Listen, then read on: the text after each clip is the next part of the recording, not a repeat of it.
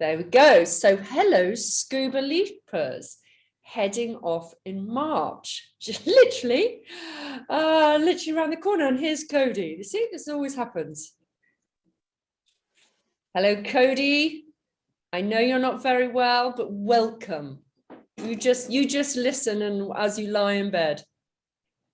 Okay, so the aim of this Zoom call is to get you all organized, okay? So it is an open forum. It is stick your hand up, wave at me, whatever you need to do to get my attention, to stop me in my waffling tracks, to ask me the questions. So by the end of it, you know what's happening, what you need to pack, okay? So the first thing is that we're going to talk about are your flights. So thank you to you all for just taking it in your stride and going on the 22nd instead of the day, 23rd, 24th that was originally planned. You never know, there could be another flight change before you actually get onto that airplane, but we'll deal with that if it happens. So I have put you all in to the Rosa of America Hotel, which is we use it all the time for all our other programs, their first night's accommodations. So we know it really well. It's only about 10, 15 minutes away from the airport.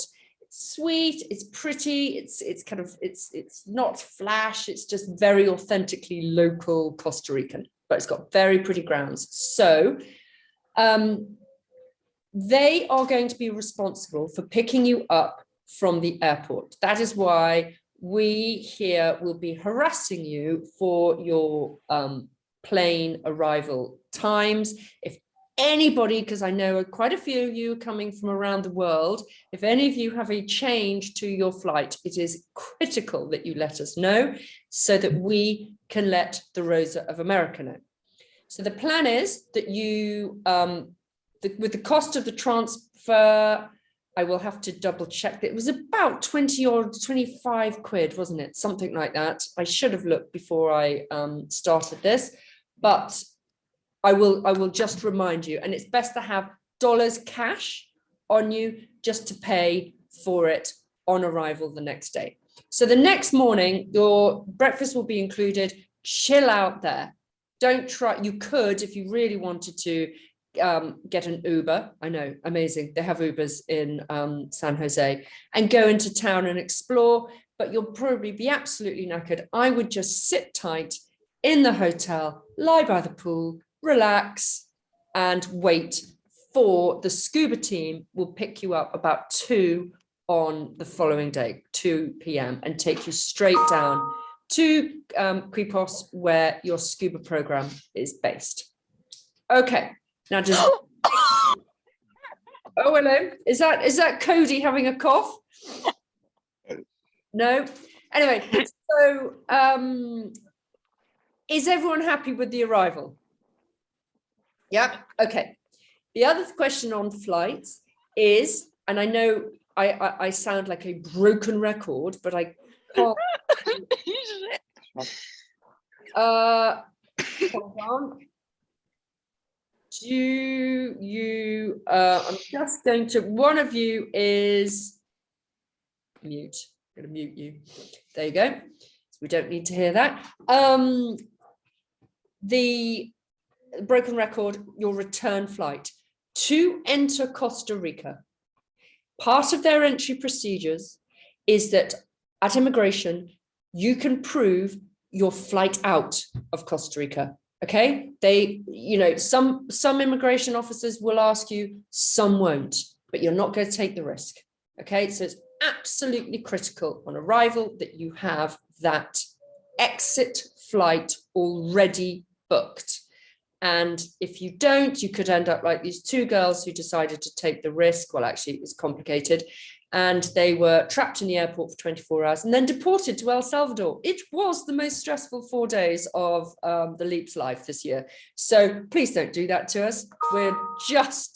Do not take the risk. Okay. The other entry procedures into Costa Rica are very, very simple. You need your proof of vaccination and you will do fill in a health certificate, which I will send you the details of before you go. Now, I'm just going to double check the flights. Bear with me, everybody. Just going to look. We're just missing Louis and Nils. Hold on. Flights. You are flying through Madrid, and you also have one other little Madrid form to fill in. Now that will be sent to you by, should be sent to you by Trailfinders, but in addition, I will forward you the link in the week before you go. So the flights we're missing is Louis, we don't have your flights, and Hamish, we don't have yours either. And Cody. And Cody, yes, Cody, we need yours, your arrival dates, there's missing parts, okay? Get on it. Right, so that's flights. Everyone happy? Good, good, good. And flights and entry procedures, all done. Insurance, okay? It's critical, again, that you have insurance which covers scuba diving. So if some of you thinking, I'm just going to go on our home insurance, that's fine, but check it includes scuba diving. We know that the Campbell Irvine insurance that we recommend, MyLeap, automatically covers scuba, so that is good. Scuba equipment. Now, everything on the list in MyLeap, you need to have, okay? If you forget something by accident, I'm sure you can beg, borrow and steal it from the scuba shop, or indeed buy a few of the items, but it's possibly cheap. I know it's cheaper to buy it in this country via our favorite Amazon. You can get really good deals. So yes, scuba is an expensive sport. It is what it is, but you will have this gear for the rest of your life. So, it is worth buying, decent gear. Okay. Flippers, I'm just having a look. Everything else on the list, like the random stuff, a money belt. Now, when we're talking money belts, you can, people take those skin colored ones, which are tight to the body. I know they're highly uncool. You don't need to take one of those. Yeah, so he says you can get grey ones and they're more attractive. But, most people take those kind of money belt things. What do you call them? You take to the festivals. Yeah, bum bags, that's so useful because you have all your important things to go from the house to the dive shop, and you will put in a locker there. So that is really, really helpful. Towels, take 2 to 3 towels, quick drying towels if you can, because you want 1 or 2, on the move, all the being kind of turned around, because you want 1 to be kept down at the dive shop, dive center, and 1 or 2 at the house. Earplugs. I know, another random thing to put on the kit list. And the reason why we have is the homestays are really noisy places. Okay, a typical Costa Rican house has a tin roof. My God, if it rains, you feel like there is literally a volcano erupting.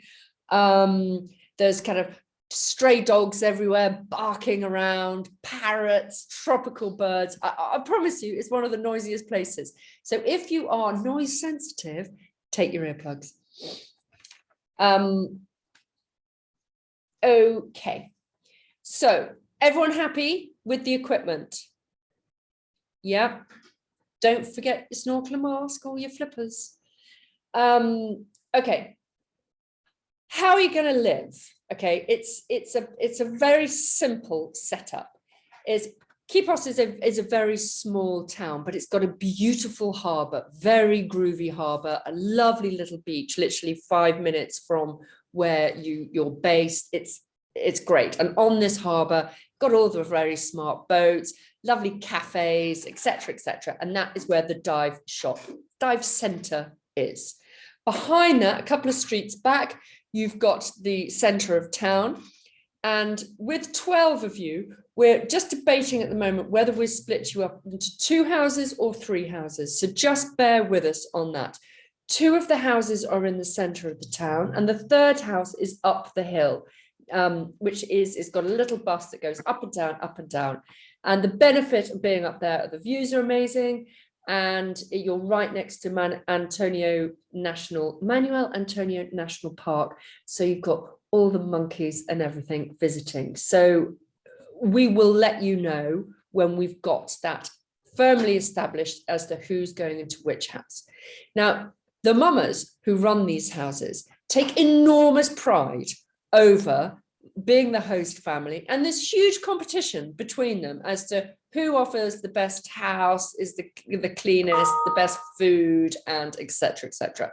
So their English is clearly pidgin English, but it's amazing how you can make do. If you've got space in your bag, it's really worth taking them some tiny little gift, like some English tea, or some English soap, or some honey, or something very, very English, which that they can't get out there.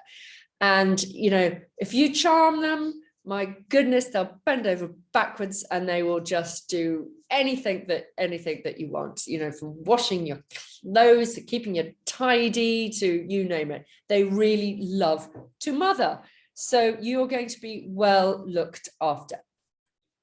When it comes to the scuba diving, and the kind of culture of this program is that it is very much not a kind of wild Love Island drinking culture, because you can't really drink the night before you're going to dive. Yes, you can have a beer. That's absolutely fine. But if any of you turned up the following morning reeking of alcohol, you won't be allowed to dive. Now, I'm not saying you're all alcoholics and that's going to be the thing, but I'm just setting the tone so that you all know what you're in for.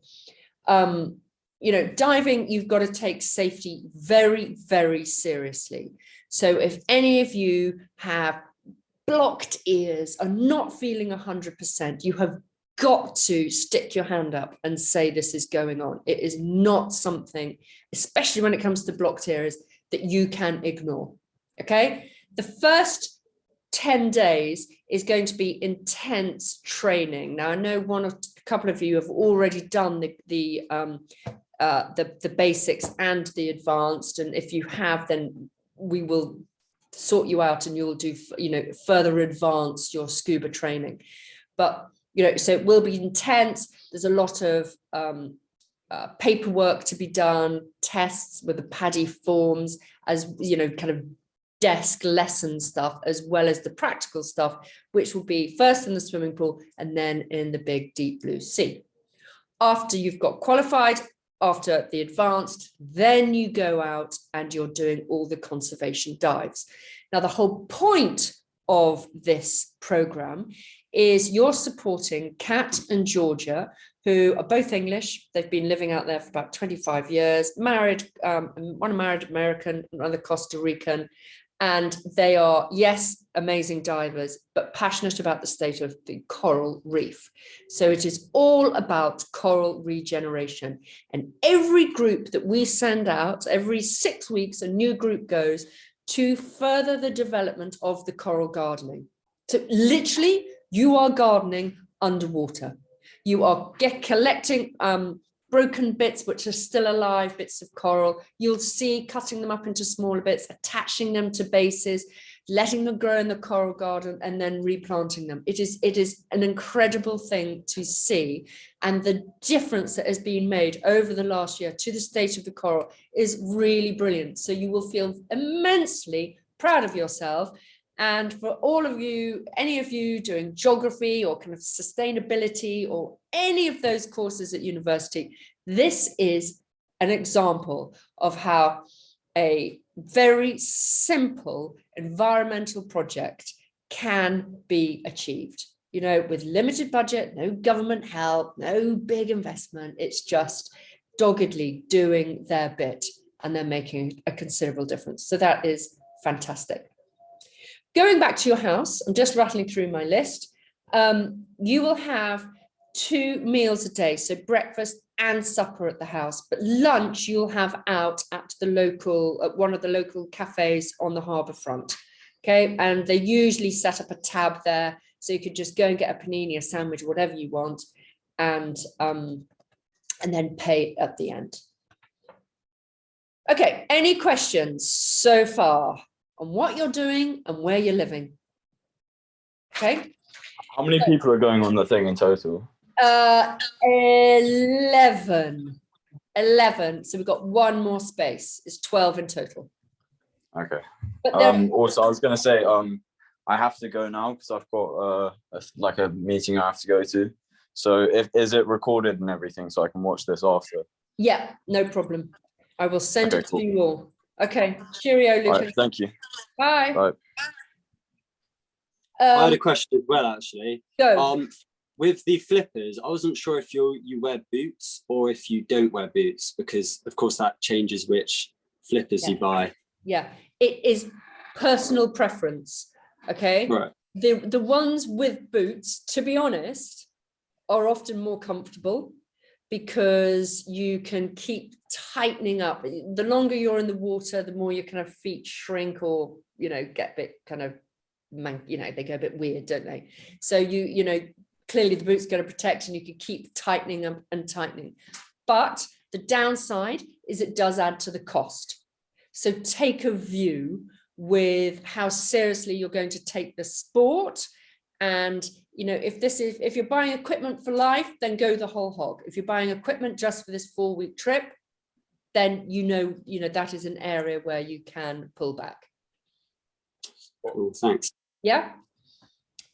Any other questions on the kit? And with the flippers, for example, which, you're buying the regular flippers. You're not buying the short stubby ones. And you're not buying the free diving, really long ones. Okay. It's just the regular flipper. Okay.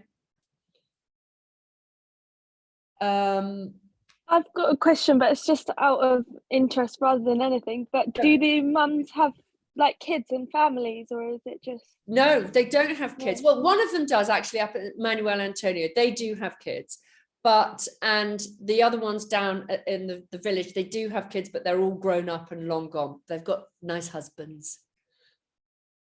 But they keep in the background. It's really the mamas that do all the clucking about. Okay. So I am now going to describe a typical day. Okay. Are you ready for this? You're going to be up really early. Okay. It usually kind of 6:37, you're up and you're out. Okay. So that's another reason why you're to bed early.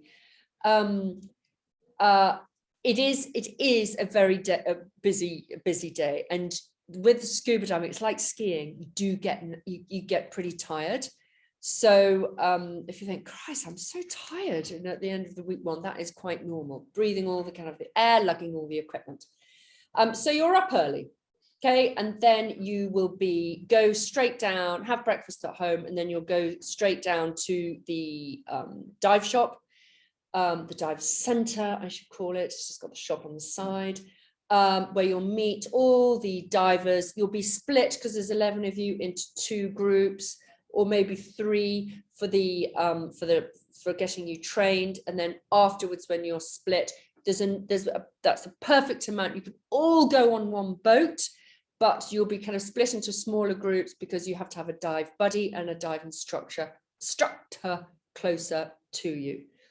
So every day you'll be doing a dive, apart from maybe 1 day a week, you'll be off the air, plus the weekends. So 3 days a week, you're off air to give your body time to recalibrate. When you're doing a dive, it will either be in the morning or the afternoon. And then the other half of the day is learning about the conservation. A lot of leapers get involved in beach cleanups because you see the problem when you're diving with all the plastic in the ocean. You will be shocked, just to warn you. And if there are any turtles being hatched because you're on the Pacific coast, you will be whipped down, to see them. So fingers crossed. At the weekends, you are free as a bird. Okay, now most of you, well, one weekend you are definitely going to explore the Manuel Antonio National Park. It's amazing. Sign up for the zip wiring. That's an amazing thing to do. Get a guide to take you on a safari through the park to point out the wildlife. Don't try and do it by yourself. You won't see anything. Trust me, I've done it both ways. And without a guide, in the thick, thick jungle, you see diddly squat. So pay the extra for the guide. There's also occasionally you might want to go up the coast to Jacko Beach, maybe for the day and the night, but there's lots and lots of things to do locally and around and about. And Kat and Georgia will, will help you. Money, okay, brace yourself. Costa Rica is an expensive country. It is eye-wateringly expensive. So think London prices and you're going to get no change out of a kind of $10, $20 note. So brace yourself for that. But you can budget, you can choose. There's always a selection of restaurants, and it's amazing how everyone gets pulled to the most expensive ones. So, be mindful, work with everybody's budget and, choose accordingly. There are ATMs everywhere, well, down in Quipos, where you can get the local currency out.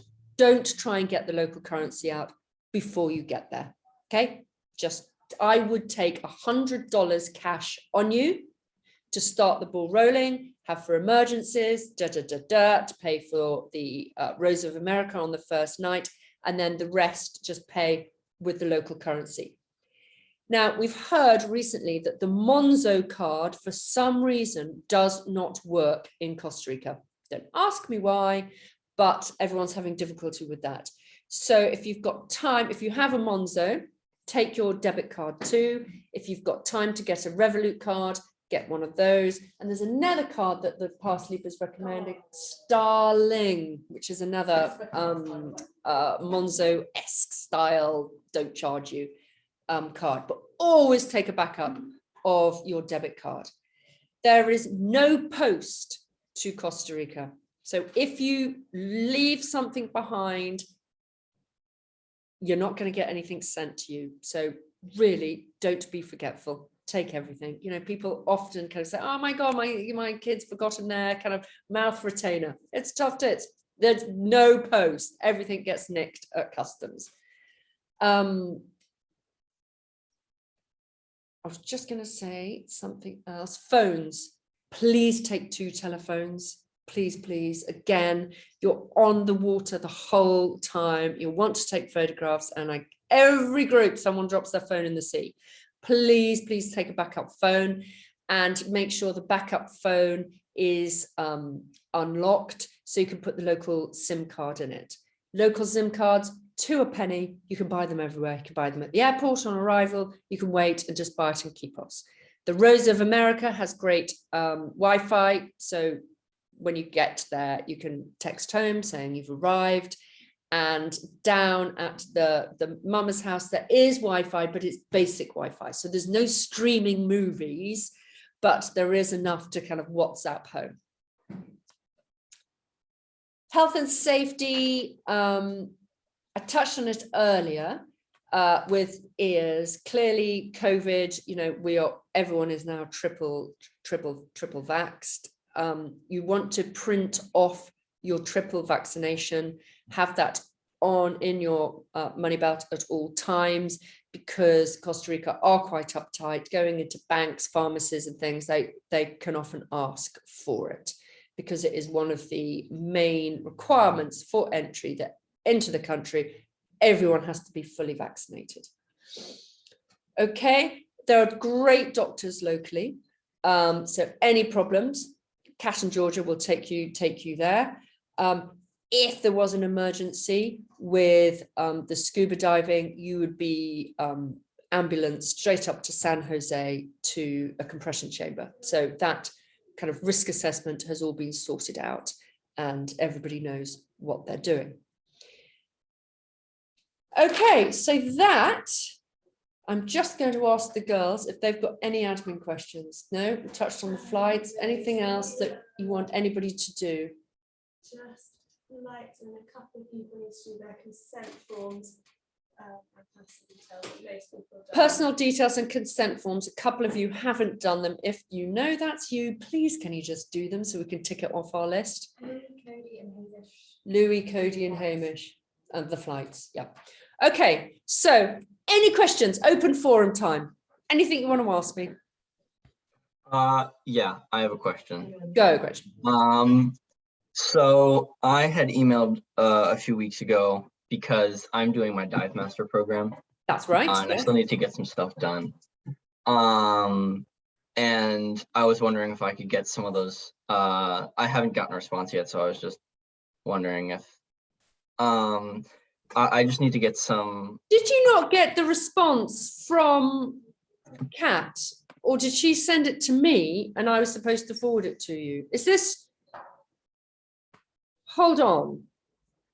I think we have got a response. Did you get? Have you had anything from Kat? I don't think so. I got an email from Georgia King on the 22nd of February, and after that, What did she say in that? she had said that she was mentioning specialty courses that I could have done. To which I responded what I'd like to do. Which was, Okay, and she hasn't responded to you need a response to that. Yeah. Okay, I will chase her today. Cool. Okay.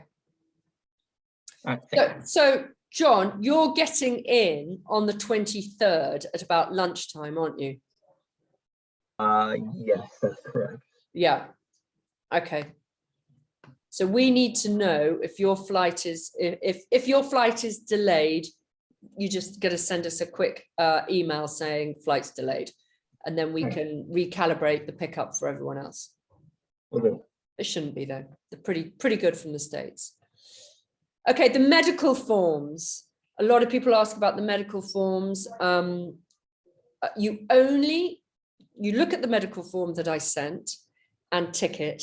If you've ticked yes to any medical problem, then you need your doctor to sign it. Okay, if it's no, no, no, no, and you've got a clean bill of health, then you don't need your doctor to sign it. Okay, dokes? Okay. Anyone else? Any other questions? All good? Was there any theory to do for diving before we get out there? No, there is Nothing. theory, and we've tried it before and everyone doing it beforehand. And actually it's easier to do it when you're on the ground and you've got the staff with you, helping you guide your way through it. So that is quite interesting, actually. I know a lot of you will be going traveling on afterwards, so you don't want to lumber, and take a computer. But if any of you got an iPad, that is a really useful thing to do that.